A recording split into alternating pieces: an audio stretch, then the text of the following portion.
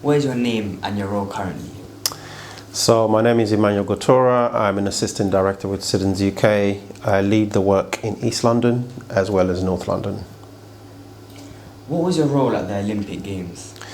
Oh, yeah, so that was an exciting time. I was actually the organizer here in Newham at the time. So I did a lot of work with institutions across East London, but particularly within this church actually that we're based in, currently in Stratford.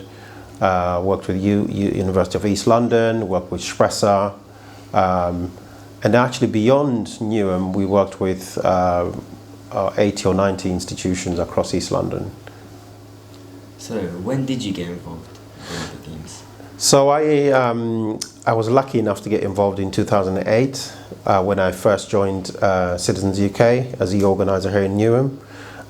Then I got to meet all the groups and teams and leaders who were involved in the living wage, in youth safety, in jobs.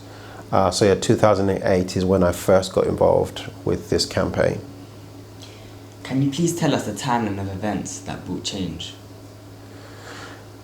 The timeline of events that brought change, I think the first thing was a Reverend Jan Atkins, who was the minister here at Bryan Street Methodist Church, challenging the leadership of Telco to say, if the Olympics are going to be coming to East London, we need to get organised. And so that was really the first moment. The second moment was then the organisation writing to the IOC, which is the International Olympics Committee. We sent a video letter to the IOC and eventually got to meet some of the people running Back the Bid campaign for London.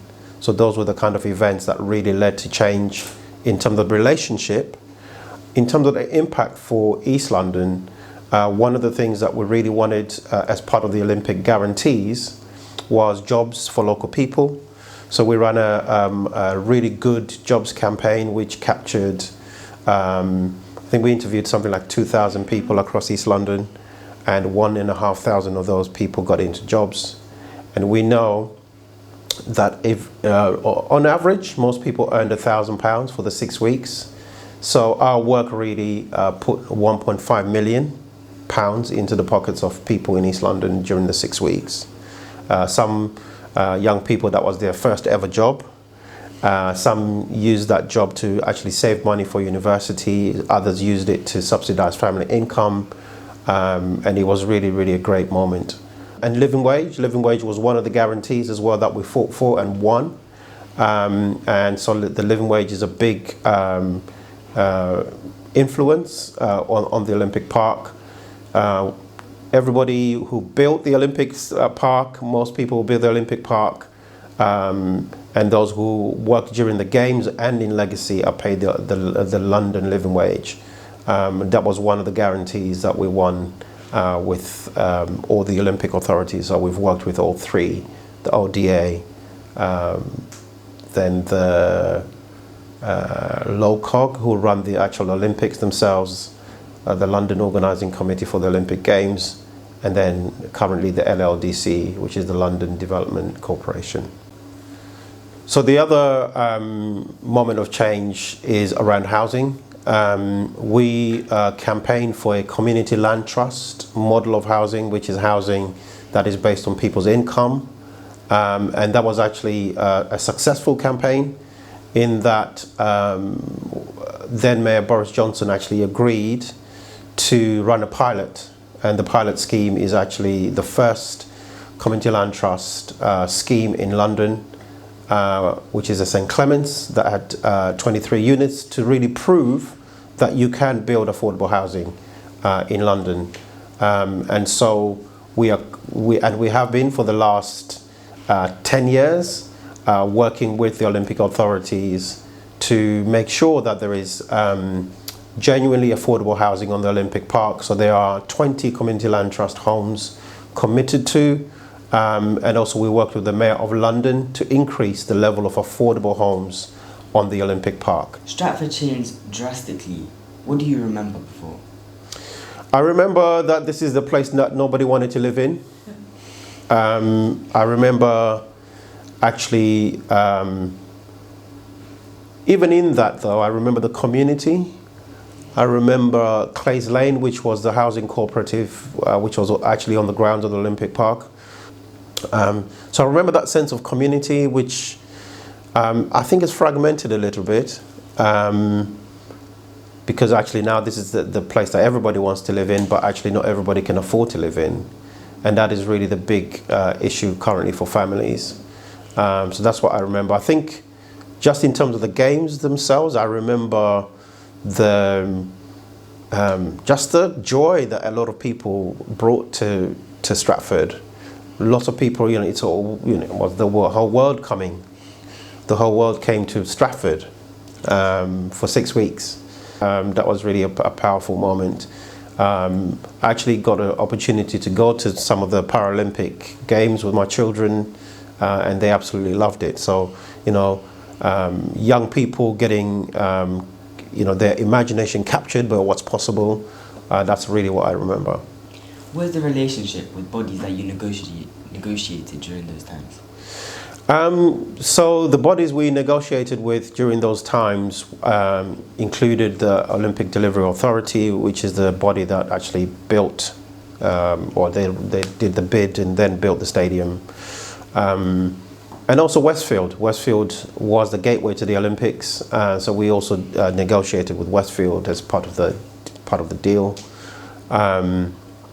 And we also negotiated with the London organising committee for the Olympic Games, which is LOCOG. We built a really good, strong relationship with them, and currently we're working with London Legacy Development Corporation, especially around the housing and the living wage. We also negotiated with successive mayors, from Ken Livingstone to Boris Johnson to Sadiq Khan. And also, we have built strong public relationships of accountability with them as well. The paradox really in Newham is that we've had this massive infrastructure change. One of the big things that happened in Newham, in Stratford, was the train station. So the transport infrastructure really improved in Stratford, connecting Stratford to a lot of places. There was a time when HS2 actually was supposed to be stopping at Stratford International, which is something our local MP, Stephen Timms, was actually quite passionate about. That didn't happen in the end, but nevertheless, Stratford is now the epicenter of a lot of things in terms of retail, in terms of accommodation, in terms of culture, and we're really, there's a good opportunity on our doorstep for families in Stratford. I guess the inequalities are made more real and more stark because of the opportunities that are there. Newham has improved slightly on the living wage, but almost a third of people in Newham earn under the living wage, and that needs to be improved upon. I think there is also just general inequality, which really sometimes manifests itself in youth violence and youth safety. So we do need more opportunities for local people, including jobs and traineeships. I guess the biggest inequality in Newham is that Newham is still one of the most overcrowded places in terms of housing in London. So the housing, I think, it still remains as the biggest inequality in my mind. What is the message you have for the Mayor of Newham now? So it's been a privilege to work with the new Mayor of Newham.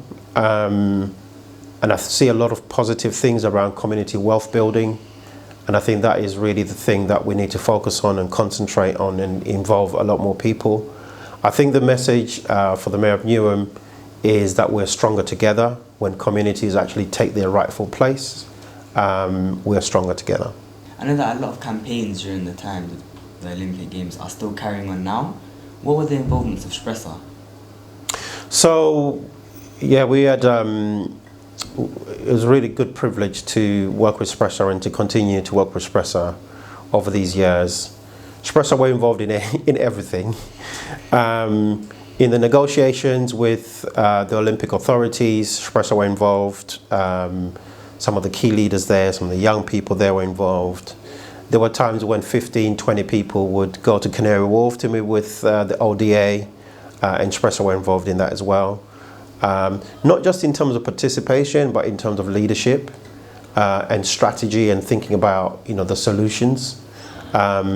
So that was one of the main things really that we benefited in our work and partnership with Suppressor. We did a lot of work around what we call kind of city safe youth games, which we involved a lot of young people and kind of trying to get youth safety on the agenda of the Olympics as well. So we did a lot of that. We did a lot of leadership training for young people with Suppressor. And the good thing about Suppressor is that they also reached out beyond their own organization to other organizations, other migrant type of organizations, to get them involved. So that was really brilliant. I guess for me, the biggest thing that Suppressor were involved in was the jobs, because we did a lot of work around recruitment of young people. Some of the young people in Suppressor actually interviewed other young people to get them into the jobs for the Olympics, and that was really a fantastic thing to do together. Okay, thank you for taking your time, Emmanuel. Thank you, Kevin. That's been good.